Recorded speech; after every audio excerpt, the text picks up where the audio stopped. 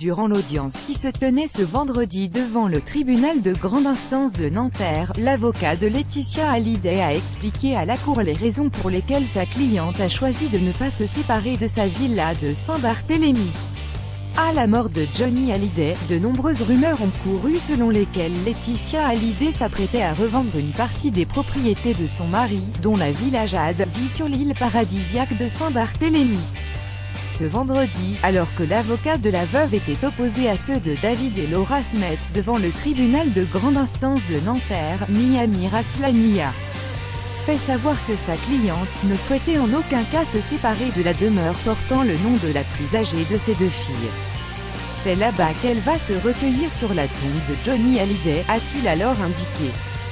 Suite à son décès et à l'hommage populaire organisé dans les rues de Paris, le rocker avait été inhumé le lundi 11 décembre 2017 à Saint-Barthélemy, dans le cimetière de Lorient qui surplombe la mer des Caraïbes.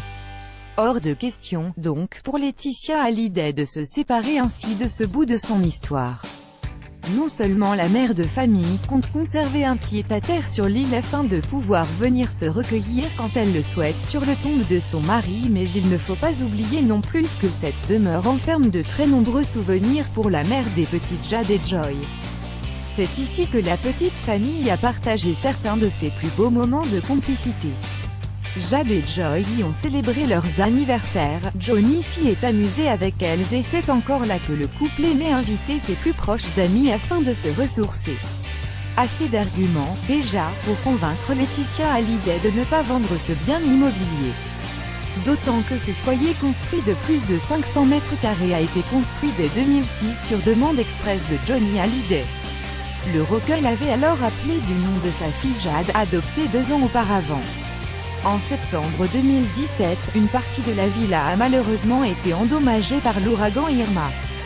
Johnny Hallyday avait alors promis de revenir la réparer au mois de mars 2018. Une mission qui revient aujourd'hui à son épouse, Laetitia. Crédit photo, Jason Agron, BFA, Shutter, SIPA.